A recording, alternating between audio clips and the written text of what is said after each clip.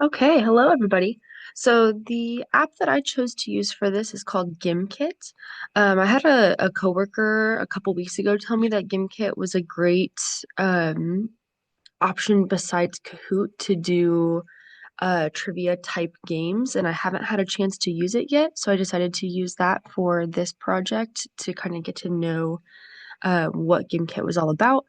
So it was pretty easy to upload everything in here. I made this Makerspaces quiz. Whenever you click play live, it gives you a few different options for games. So Trust No One is like an Among Us style game. Knockback and Color Lash are all free. And then there are a couple premium options as well, but there's a bunch of different games to choose from. It did look like because I'm playing by myself, it wouldn't let me choose one of those game styles. But if I click on this, I can go down and practice, and this looks like more of a Kahoot style question method. So I'm going to take you through the questions that I created based on our textbook this week. So my first question is, what is the purpose of a makerspace according to Laura Fleming? So makerspaces provide an opportunity for young people to explore their interests. They allow young people to learn to use tools and materials, or they encourage young people to develop creative projects. And of course, this one is all of the above. Makerspaces do provide young people to do all of these things. Okay, my next question. Makerspaces have to be high tech and expensive to be truly successful. This one is false. As Professor Kwan said, there are a lot of things that you can include in makerspaces. You can even go through just recycling bins and find old materials that people have discarded. One person's trash is another's treasure, right? So we can use any materials that we can find to create a successful makerspace. Okay. A successful makerspace requires a physical end product.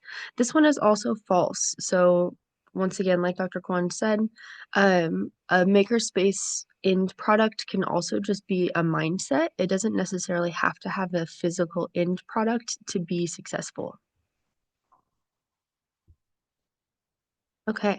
What is the first step in the problem-solving loop? So to identify the problem, to explore information and create ideas, to evaluate the results, or to select the best idea.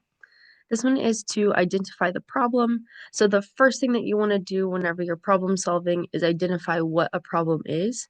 This is a great opportunity in a makerspace because you can identify some kind of problem and then work within the makerspace to figure out how to um, address that problem.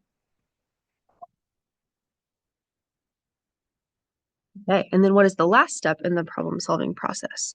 So evaluate the results, build and test the idea, select the best idea, or explore information and create ideas. So once you've gone through the whole problem solving loop, the final step is to select the best idea. So of course, this is after you have tried and failed many times, you've evaluated all of that trying and failing, and now you're selecting the best idea. Okay, there are no downsides to makerspaces.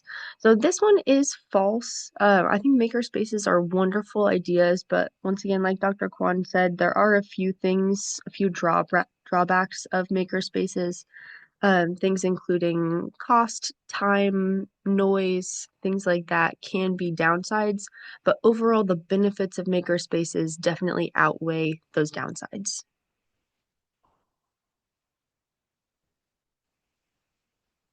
Okay, and then what do makerspaces have the potential to do? So our options here are intersect formal and informal learning, link to the curriculum or stand alone as a learning experience, or allow learners to take command of their own learning. And this one again, of course, is all of the above.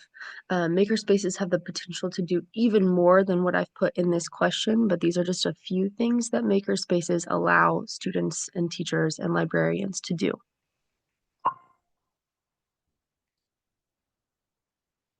Okay, what is an important step in the tinkering phase of the UTech model? So for this one, we have playing, failing, inventing, questioning, and researching. So in the tinkering phase, it's important to question and research things. For that one, it specifically allows students after they get done playing in that phase where they can start thinking about like, okay, how can I question how I'm playing with these things and then start tinkering with those ideas. Okay, which of the five C's do makerspaces utilize? Creativity and collaboration, communication and citizenship, none of these, or all of these. So with all five of those C's, makerspaces are one of the few things that can actively incorporate all five C's at once, which is amazing. So this one is all of them. Okay, and then what does the U stand for in Loischer, Preddy, and Derry's UTech model for implementing and using makerspaces? Understanding, uncovering, upgrading, or using. Like we talked about earlier, this one is using. We want to make sure that this is kind of that first step of makerspaces where students come in, they're using the materials that are being given to them, they're finding ways to play with things, to think about things, to kind of start thinking about what problems could be before they get into those next steps. Okay, and then makerspaces cannot be created in classrooms, true or false? So while makerspaces seem like they're typically created in libraries, and we've been talking about them in our library science classes, makerspaces can be created in classrooms if teachers have the right materials, if they have enough time, if it connects to what they're doing in their classrooms. So there definitely is an opportunity to create makerspaces in classrooms. Okay, having a strong, well-rounded team is important in creating a makerspace. This, of course, is true. Collaboration is what we're encouraging students to do. We also want to make sure, as educators and librarians, that we are incorporating that collaboration as well. The more thoughts and ideas and the more that you work together, the more well-rounded and wonderful the makerspace will be. Okay, and then makerspaces encourage the growth mindset. This one is true as well. We'll talk about this a little bit later on. I think I have another question in here about this, but failing and then going back and trying again are an important part of the makerspace process. So that definitely encourages the growth mindset to keep going back, putting in effort, persevering even whenever you fail. Okay, what is an important step in the experimenting phase of the UTech model? So playing, inventing, questioning and researching, or failing. So that's what we just talked about that in that last question. Whenever you're experimenting, it's important to fail, right? We want to incorporate that into our maker spaces where we encourage students to try even if they know that they're going to fail, so then they can go back and learn from those mistakes, fail again, and then keep going back and keep learning over and over and over again. Okay. And then why are libraries good spaces to create maker spaces? Lots of reasons, right? So libraries are the biggest classroom in the school building. The American Association of School Libraries Learning for Life initiative has four main standards for libraries: to think, to create, to share, and to grow. All four of those traits can be fostered through maker spaces. And libraries are known as centers that provide knowledge, books, tools, community access, and learning. So this one, of course, is all of the above again. And once again, there are many more reasons why libraries are good spaces to create those maker spaces, but these are just a few of them. Oh, sorry, I forgot to put the answer into that one. I'll have to go back and change that. Okay, so makerspaces can be defined in many ways. This is one of the first things that we learned about makerspaces. So this is of course true. Makerspaces are not one specific thing. They don't look one specific way.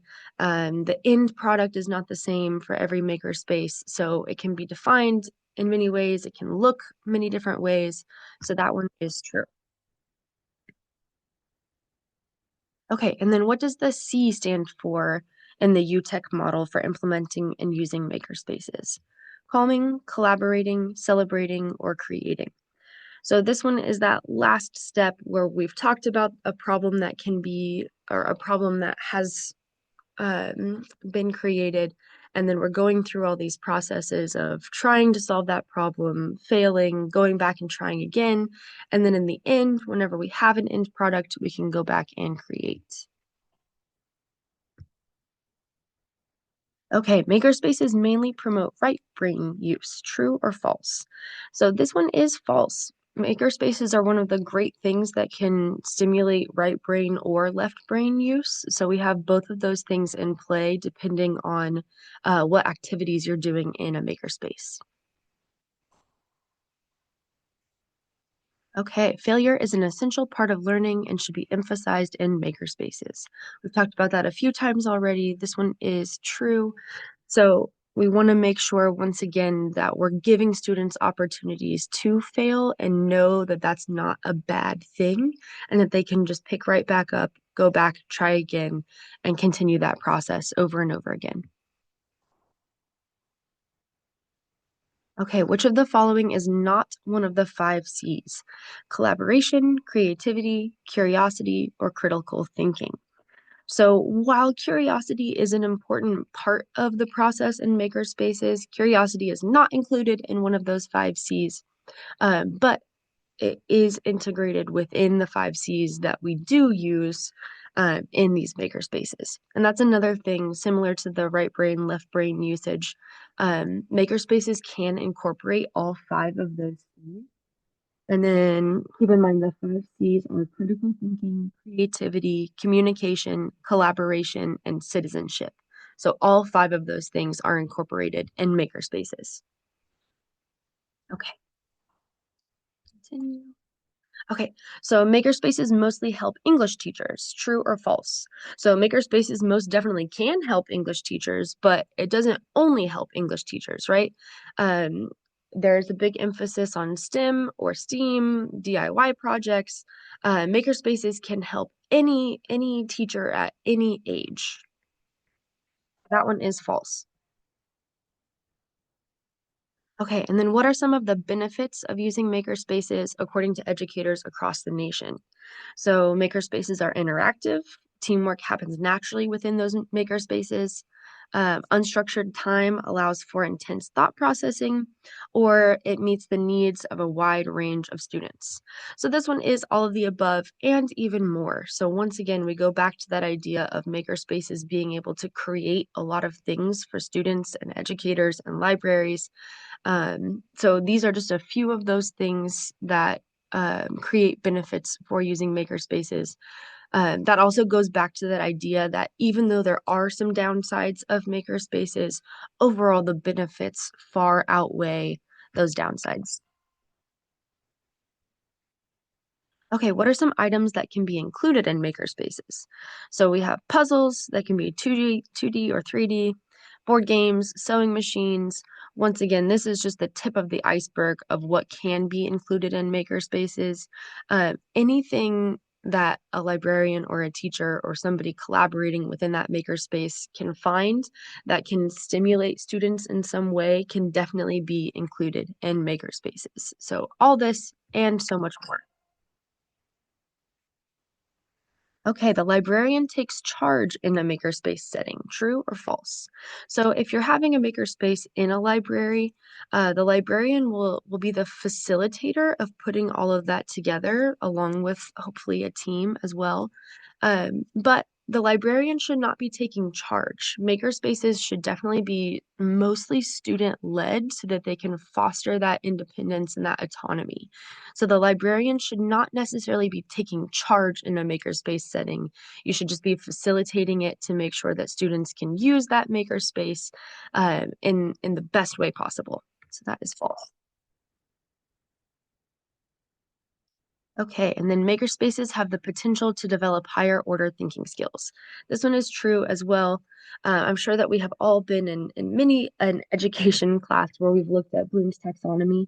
Makerspaces, once again, like the right brain, left brain, like the five C's. Makerspaces incorporate all aspects of Bloom's taxonomy depending on how you use it. So this one is definitely true. It definitely has the potential to develop those higher order thinking skills, which is so important in an educational setting. Okay, there are no downsides to makerspaces. So we already talked about this one a little bit as well. There are, of course, some downsides to makerspaces.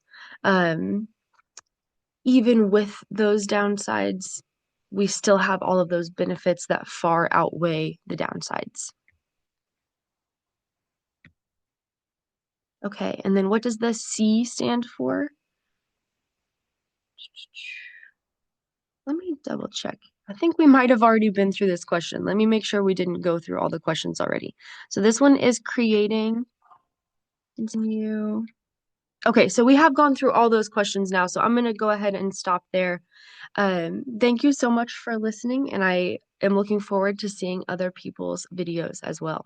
Thank you.